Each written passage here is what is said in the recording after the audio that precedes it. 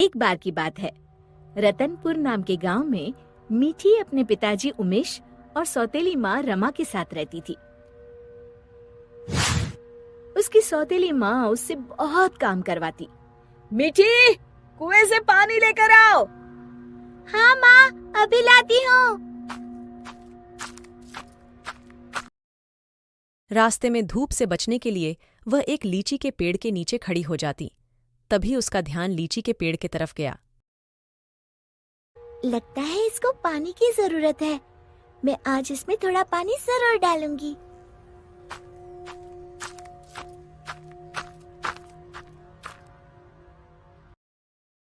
लौटते समय मीठी अपनी घड़े से थोड़ा पानी लीची के पेड़ के नीचे डाल देती है। अभी उसका रोज का नियम हो गया था। जाते समय थोड़ी देर रुकती और आते समय थोड़ा पानी उसमें डाल देती। उसी पेड़ के नीचे एक चुड़ैल रहती।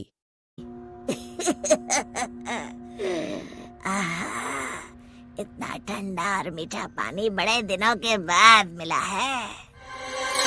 एक दिन चुड़ैल ने सोचा, क्यों ना इस लड़की को दोस्त बनाया जाए। बहुत दिनों से मैंने कोई इंसान नहीं खाया। और मीठी की हर उम्र लड़की बनकर कुएं पर बैठ गई। क्या नाम है तुम्हारा? मीठी। और तुम्हारा? अम्बी। अम्बी? अम्बी तो खट्टी होती है। तुम मीठी और मैं खट्टी, मतलब मीठी खट्टी। नहीं, मीठी खट्टी नहीं, मीठी अम्बी। दोनों खिलखिलाकर हंसने लगती है। अरे, मुझे तो तुमसे बातें करके दोनों खिलखिलाते हंसने लगते हैं। अरे, मुझे तो तुमसे बातें करके बड़ी देर हो गई। और जल्दी से घड़ा लेकर घर की ओर चलती। थोड़ा पानी उसने लीची के पेड़ में डाल दिया। चुड़ैल बहुत दिनों से अकेले रह रही थी। उसे मीठी के साथ अच्छा लगा। वैसे मीठी अच्छी लड़की है, क्यों ना इसे अपनी दोस्त बना लूं। ऐसे रोज मीठी और अम्बी कुआं पर मिलती और ढेर सारे बातें करती, खूब हंसती खिलाती। एक दिन, आज तो बड़ी देर हो गई, मीठी पानी लेने नहीं आई। क्यों ना उसके घर जाकर देखूं। ये सोचकर चुड़ैल मीठी के घर पहुंच गई। वहां उसने देखा, मीठी, अभी तक तुमने बर्तन नहीं धोए और पानी भी नहीं लाई। बस माँ, खाना खाकर अभी बर्तन धोती हूँ। कब से खा रही हो? जल्दी उठो, बहुत काम है। खाना खाकर मीठी बर्तन धोने लगी। आज मैंने लीची के पेड़ में पानी भी नहीं डाला और ना ही अपनी दोस्त से मिल पाई। तभी चुड़ैल ने जादू से पूरे बर्तन 1 मिनट में धो डाले। मीठी आश्चर्य से यहाँ वहाँ देख रही थी कि चुड़ैल उसके शरीर में प्रवेश कर गई और वापस आकर सोफे पर लेट गई। अच्छा, तो राजकुमारी आराम फरमा रही है। बर्तन कौन धोएगा? धुल गए। रमा को मीठी की आवाज भारी सी लगी। अच्छा, जादू से धोए हैं क्या? हाँ। अब झाड़ू कौन लगाएगा? कपड़े कौन धोएगा? तुम। और कौन? अच्छा, तो मुझे जवाब देती है। ये कहते हुए रमा ने मीठी का हाथ पकड़कर झकझोर दिया। पर मीठी रोज की तरह रोई नहीं, तो रमा को और तेज गुस्सा आ गया।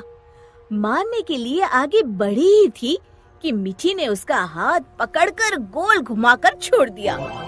रमा तेजी से गोल गोल घूमने लगी।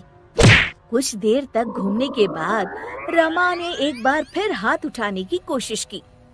इस बार एक धक्के में रमा घर के चारों कोनों में टकराई और फिर एक कोने में जाकर गिर पड़ी। अब जाकर कपड़े धो। जाती हूँ। वो आराम से सोफे पर लेटकर टीवी देखने लगती है। थोड़ी देर बाद रमा कपड़े धोकर कमरे में आई। जाओ, जाकर झाड़ू पोछा करो। रमा कुछ बोलने ही वाली थी कि मीठी की लाल लाल आंखें देखकर डर गई। लगाती हूँ, अभी झाड़ू लगाती हूँ। इतने में मीठी के पिताजी आते हैं। उन्होंने पहले कभी रमा को काम करते हुए नहीं देखा था। रमा, तुम काम क्यों कर रही हो? मीठी कहाँ है? रमा जोर जोर से रोने लगी और उंगली से इशारा किया जहाँ मीठी आराम से लेटी हुई थी। मीठी, मैं क्या देख रहा हूँ? मीठी के पिताजी उसका हाथ पकड़कर उसे उठाते हैं, पर मीठी को देखकर बुरी तरह डर जाते हैं और पीछे हट जाते हैं।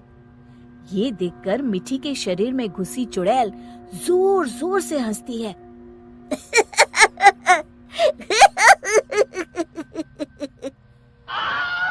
उमेश समझ जाता है कि मीठी पर चुड़ैल का साया है। कौन हो तुम और यहाँ कैसे आई? तभी चुड़ैल मीठी के शरीर से निकलकर लहराती हुई सामने खड़ी हो गई और गूंजती हुई आवाज में उसने कहा, मैं अम्बी हूँ। क्या कहा? अम्बी मतलब लीची वाली चुड़ैल? हाँ, और मीठी मेरी दोस्त है। तुम लोग उसे बहुत परेशान करते हो। मैं तुम सबको खा जाऊंगी। उमेश और रमा डर के मारे थर थर कांपने लगे। हमें माफ कर दो अम्बी, आज से हम ऐसा नहीं करेंगे। हाँ हाँ, हमें माफ कर दो, आज से हम ऐसा नहीं करेंगे। मैं कसम खाती हूँ मीठी को अपनी सगी बेटी की तरह ही रखूंगी। नहीं, तुम सब झूठे हो। अम्बी को बहुत गुस्सा देखकर मीठी बोली, नहीं नहीं अम्बी, तुम मेरी अच्छी दोस्त हो ना। मेरे माँ पिताजी को कुछ मत करो। नहीं, इन्हें सबक मिलना जरूरी है। मेरी कसम। ठीक है, अभी छोड़ देती हूँ, लेकिन जब भी तुम्हें मेरी जरूरत हो मुझे बुलाना, मैं फौरन आ जाऊंगी। और फिर उस दिन के बाद से रमा ने कभी मीठी को तंग नहीं किया। शिक्षा: हमें किसी के भोलेपन या मजबूरी का नाजायज फायदा नहीं उठाना चाहिए।